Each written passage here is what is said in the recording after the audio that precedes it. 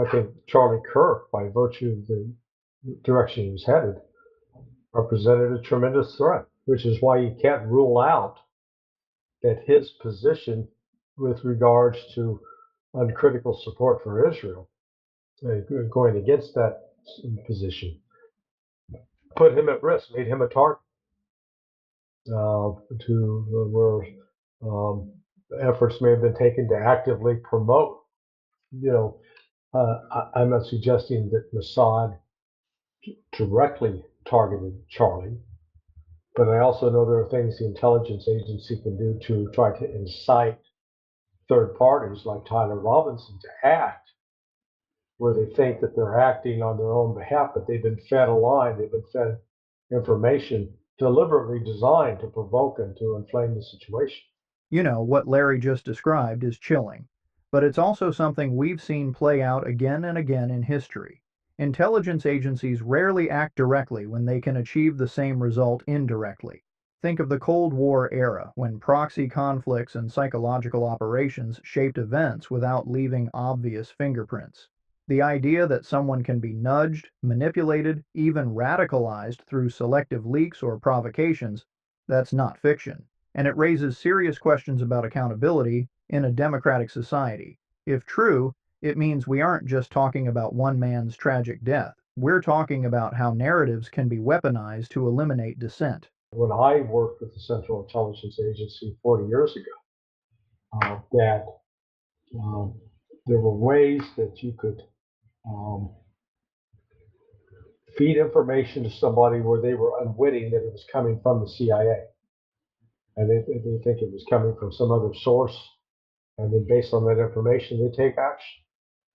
So in this, what Charlie was doing, and as Tucker acknowledged, once he took these positions, the donors, Jewish donors, or well, it's better you have to call them Zionist donors, came out and started applying pressure on him.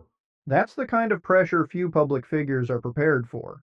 When your funding and reputation are suddenly on the line, you quickly find out which principles you truly stand by. How dare you? Well, that what Trump's a bit of a quandary because he is beholden to the Zionist money, but his base is holding him to account for being America first. You can't be America first where you put the priorities of Israel above those of the Americans. That's a point that resonates with a lot of Americans right now. Whether you agree or disagree with Kirk's politics, there's growing fatigue with the sense that U.S. foreign policy is driven by interests other than the American public's. We saw the same frustration during the Iraq War era, when people felt their leaders were prioritizing ideological crusades over national interest. Can't be done. And we saw sort of a glimmer of a move in the right direction this past week when um, the U.S. State Department directed the U.S. representative to the UN to support the resolution condemning Israel's attack on Qatar. That vote might seem symbolic, but it signals a shift in Washington. Even small cracks like this suggest the consensus is weakening. The whole notion that this was part of an effort to silence Charlie Kirk because of his views, strong anti-transgender views, remains a viable hypothesis. But there's also those suggesting that it was because Charlie was appraising his position vis-a-vis Israel. Um, the Max Blumenthal and Anya Parampil, Max's wife, have put out a very interesting article at the Grayson, in which they're quoting You mean somebody this, who knew. Larry? This Yeah, one? yes, yes. Um, one of Charlie's close associates said that Kirk refused this Netanyahu funding offer and was frightened by the pro-Zionist. I think it's probably better called pro-Zionist as opposed to pro-Israel. And Charlie, there are some that go back and say, oh, well, he was just a die-hard Zionist. He defended Israel over October 7th. He had made public comments suggesting that he bought into the lies about the beheading of babies by Hamas, which did not happen. But what we saw in July 13th, and it's a point I've made on other videos, that at the Turning Point Conference, he hosted a debate featuring Dave Smith, a Jewish comedian who is strongly anti-Zionist and a very stout critic of Israel and his current genocidal policies, against Josh Hammer, who is an ultra-Zionist journalist. I think he runs U.S. News and World Report or Newsweek, one of those. But Charlie did a pretty even-handed job of moderating it. It would have appeared that someone could say that he was favoring Israel in the debate, but the important thing is the audience reaction at that debate was very strongly supporting the position of Dave Smith. This is a fascinating generational shift. For decades, automatic support for Israel was almost a bipartisan given in U.S. politics. But the younger generation is consuming independent media, questioning mainstream narratives, and forming their own conclusions. That's not necessarily anti-Israel, it's pro-critical thinking, and it shows that public opinion is no longer on autopilot. And, there's no doubt in anybody's mind that for people 40 and under, the stalwart automatic support for Israel has gone out the window. It's no longer the case. And here's Charlie Kirk, to his credit, creating a remarkable political movement that is bringing in kids 21, 20, 18 years of age. Now, of course, not all of them. If you look at Tyler Robinson, who killed it, he didn't persuade him.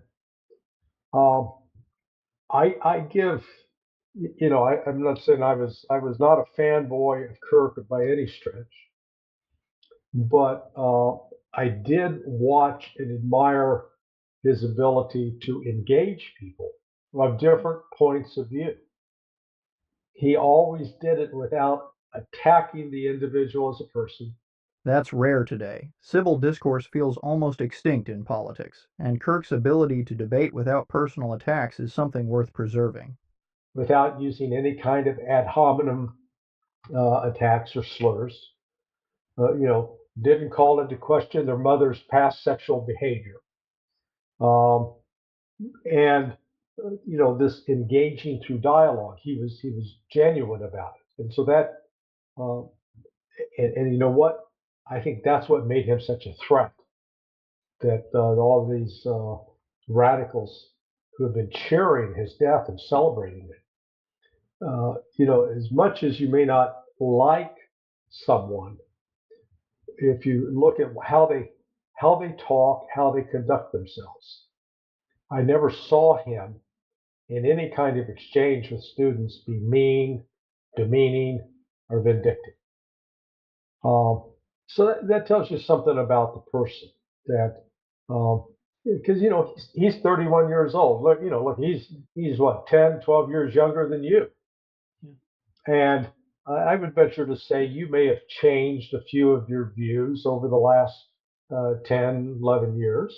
Many. And yeah, and so he wasn't, Charlie Kirk he's not like some prehistoric bug frozen in amber, that he's in a permanent state of just one kind of rigid intellectual belief. He was actually quite flexible about it. And, the one thing where he wasn't flexible, but I applaud him on it, was the whole issue of the right to life. And it's a very simple premise, but I think it's also very profound. If you take the position that it's okay and it's easy to kill an unborn child simply because you call them an embryo, or just a mass collection of cells, that you don't acknowledge that an unborn child is in fact a human being. That's a deeply moral argument, and one that makes Kirk's shift on foreign policy even more understandable. If someone believes so strongly in the sanctity of life, It's only natural that images of war, especially children harmed in conflict, would challenge their views. This is what real intellectual growth looks like, letting your moral framework guide you, even if it costs you politically. It's part of the process of becoming a human being. And so, from Charlie's standpoint, and again drawing out on his religious faith, that killing these children is a way of dehumanizing ourselves.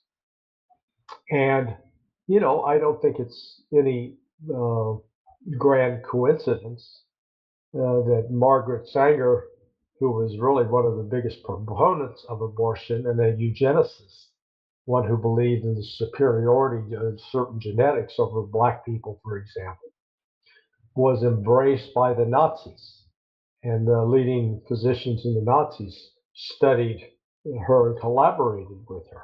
That historical connection is disturbing, but it reminds us how ideas about life and human worth can be twisted when societies lose their moral compass. When you're an advocate like Charlie Kirk was for the unborn, for children to be born, then naturally, once you start seeing the images of these children being murdered by the Israelis, we're not talking one or two or isolation. We're talking a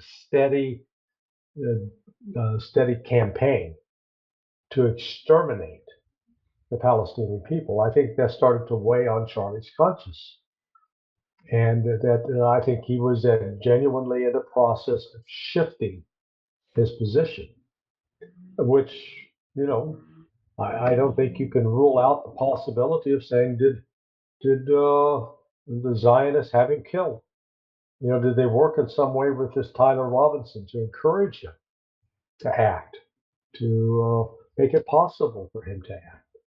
Because they recognized that Charlie Kirk, in the direction he's headed, was going to eventually wind up at a point where they'd be advocating to end all support for Israel. If that's true, it would have been a seismic political moment. Kirk commands a huge following among young conservatives, and a pivot away from unconditional support for Israel could have reshaped the Republican Party's foreign policy platform. It's a reminder of how powerful ideas can be, and how threatening they seem to entrenched interests. Which, anyway, I think that's where we're headed, because we saw this last week that even Donald Trump, as much of a Zionist enabler as he has been, that he directed the State Department through the U.S. ambassador to the UN to vote in favor of the resolution that condemned Israel's attack on Qatar. It didn't condemn Israel by name, but everybody knew who they were talking about. It wasn't some great mystery. That's the quiet part being said out loud. Policy may be changing even if Washington isn't ready to admit it publicly. So, the world on this is starting to churn, and um, this death of Charlie Kirk may end up being also a blessing in disguise in terms of finally helping bring a breaking point where more Americans are going to say to Israel, no, we're no longer going to participate in your genocide. We're no longer going to enable your murder of others.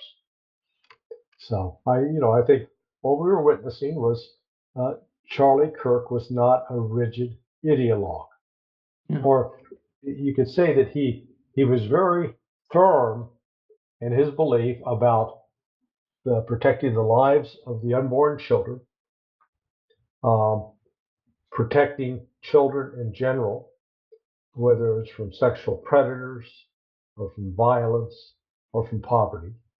Those are two things that out of his Christian faith, he put a high priority on. So, this hopefully what comes out of this tragedy is a renewed commitment to those values by the people that followed him. That's the real takeaway here. Whether you admired Charlie Kirk or disagreed with him, his willingness to evolve publicly on some of the most divisive issues of our time set an example. The challenge now is whether his movement carries that same spirit forward: open debate, moral conviction, and the courage to question power. If it does, this tragedy may indeed become a turning point, not just for one political figure's legacy, but for how Americans think about foreign policy, censorship, and conscience.